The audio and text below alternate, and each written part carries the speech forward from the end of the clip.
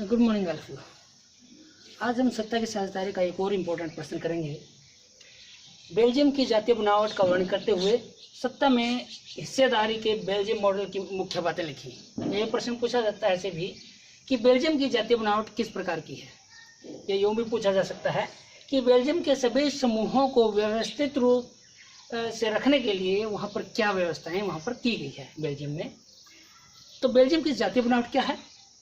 Belgium Europe का एक छोटा सा देश है जिसका क्षेत्रफल हरियाणा राज्य के लगभग बराबर है, कम है थोड़ा, और यहाँ की जनसंख्या 1 करोड़ के लगभग है। वो भी हरियाणा राज्य से, अपने देश का जो हरियाणा राज्य है, अपना हरियाणा राज्य उससे कम है, जनसंख्या भी कम है और क्षेत्रफल भी कम है।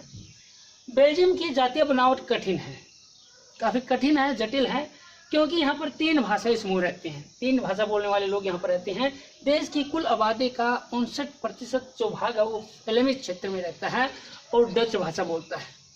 40% के लगभग जनसंख्या है वो वेलोनिया क्षेत्र में रहती है और फ्रेंच भाषा बोलती है। शेष जो 1% जनसंख्या है वो जर्मन भाषा बोलती है।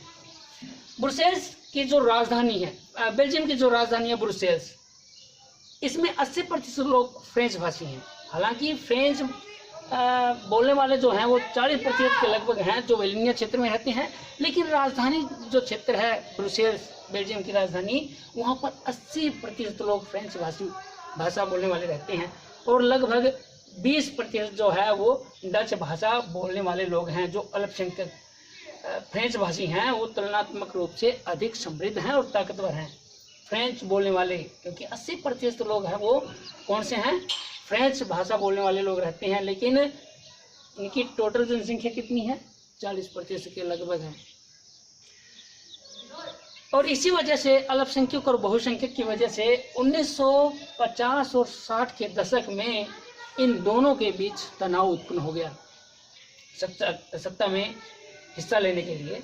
इसलिए बेल्जियम के नेताओं ने संविधान में संशोधन किया 1970 में और 1993 में, ताकि इनमें टकराव उत्पन्न न हो और सभी को एक दूसरे के साथ मिलकर काम किया जा सके, मिलजुल कर सारे लोग रह सकें।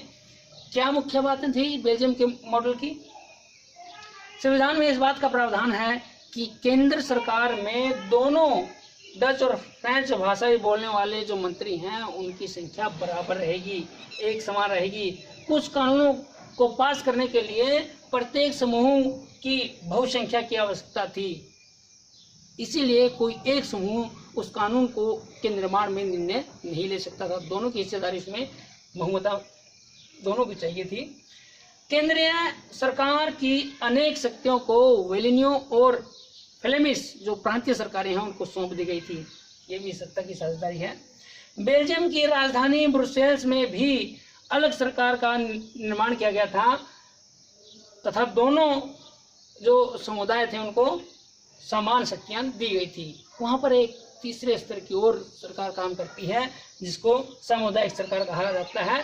सामुदायिक सरकार में एक भाषाई समुदाय से संबंधित लोग हैं, लोगों द्वारा ये सरकार चुनी जाती है और इस सरकार पर संस्कृति, शिक्षा और भाषा जैसे मामलों पर निर्णय लेने का अधिकार इस सरकार के पास होता है, सामुदायिक सरकार के पास। केंद्रीय और राज्य सरकारों से अलग है ये सामुदायिक सरकार।